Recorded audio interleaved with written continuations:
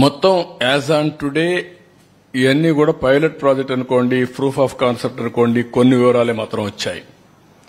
ఈ వివరాలన్నీ మీరు చూస్తే విశాఖపట్నంలో 40,000 ఎకరాలు 40,000 కోట్లు మేము ఆ రోజు చెప్పింది అంత ఉంటుంది. ఇప్పుడు దీంట్లో వచ్చినట్టే మాత్రం 4,469 కోట్లు ఈ 6 కేసులు నేను ఎస్టాబ్లిష్ చేసిన కేసులు. ప్రకాశంలో 101 కోట్లు, తిరుపతి 270 కోట్లు, ఇంకా చాలా ఉంటుంది, కొన్ని వేల కోట్లు ఉంటుంది తిరుపతి. చిత్తూరు 99 కోట్లు. Excessive rate for house sites కి ఇచ్చింది 6,000 కోట్లు. మా వాళ్ళు ఇప్పుడు వచ్చింది మాత్రం 2,850 కోట్లు. అదే మరి ఆఫీస్కి ఇచ్చింది 300 కోట్లు.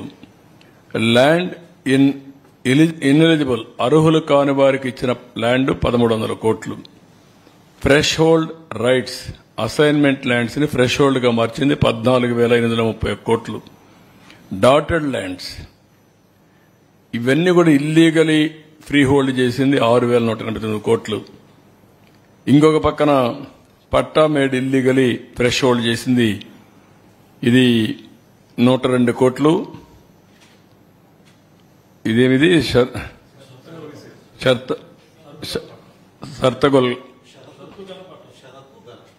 షర్తగల పట్టా ఉంది, అవనగడ్డలో ఉంది. కొన్ని ఏరియాల్లో కొన్ని అప్పుడు ఉండే ఇదంతా స్పెసిఫికేషన్స్ ప్రకారం. సర్వీస్ ఇనామ్ మేడ్ ఇల్లీగల్ ఫ్రీ హోల్డ్ చేసి 4,105. అంటే చట్టాలు చేశారు, చట్టాలు లేవు, అది గవర్నమెంట్కి రావాలి.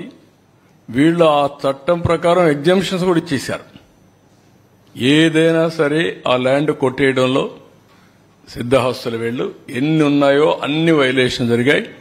ఇది నేను ఒకటే ప్రజలందరికీ విజ్ఞప్తి చేస్తున్నా, ఇంకా మీ భూములు ఒకసారి చెక్ చేసుకోండి. ఎవరైనా మీ భూమి కబ్జా చేసి ఉంటే 22A మార్చ్ కానీ, ల్యాండ్ టైటిలింగ్ ఇది కానీ, బలవంతంగా లాక్కున్నా, ఏది చేసినా మీరు కంప్లైంట్ ఇవ్వండి, నేరుగా అప్రోచ్ అవ్వండి. మీ భూమి మీకు ఇప్పించే బాధ్యత మాది. అదే మరి ఎవరైతే ఈ తప్పుడు పని చేశారో వాళ్ళని పనిష్ చేస్తాం చట్ట ప్రకారం. తద్వారా మీకు న్యాయం చేపిస్తాం. ఇలాంటి జరిగినప్పుడు భవిష్యత్తులో ఇంకొకరు చేయకుండా ఉండాలి అంటే కఠిన శిక్షలు అవసరం.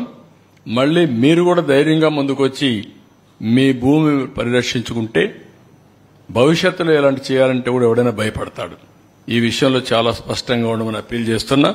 రాష్ట్రంలో చాలా జరిగాయి. ఇక్కడే చిన్న చిన్న విషయాలు ఇక్కడ చెప్పలేకపోయాం.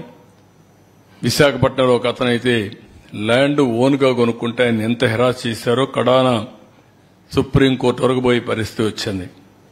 రంగనాయకమ్మ ఆస్తి కొట్టేస్తే హైదరాబాద్ పోయి షెల్టర్ తీసుకుని మొన్నటి వరకు బతికి ఇప్పుడు మళ్ళా వస్తే అది ఇచ్చే పరిస్థితికి వచ్చాం. ఎవరైనా సరే మీ ఆస్తులు కబ్జా చేసుంటే మాత్రం అక్రమంగా లాగేసుకుని ఉంటే మీరు కంప్లైంట్ చేయండి. మీకు ఇప్పించే బాధ్యత. అవసరమైతే అలాంటి వారికి న్యాయం కోసం ఏదైనా 10 రూపాయల ఖర్చు అయితే పెట్టి అవసరమైతే చట్టాన్ని మార్చి, అందుకే మేము వచ్చాం. నెక్స్ట్ వెళ్ళండి.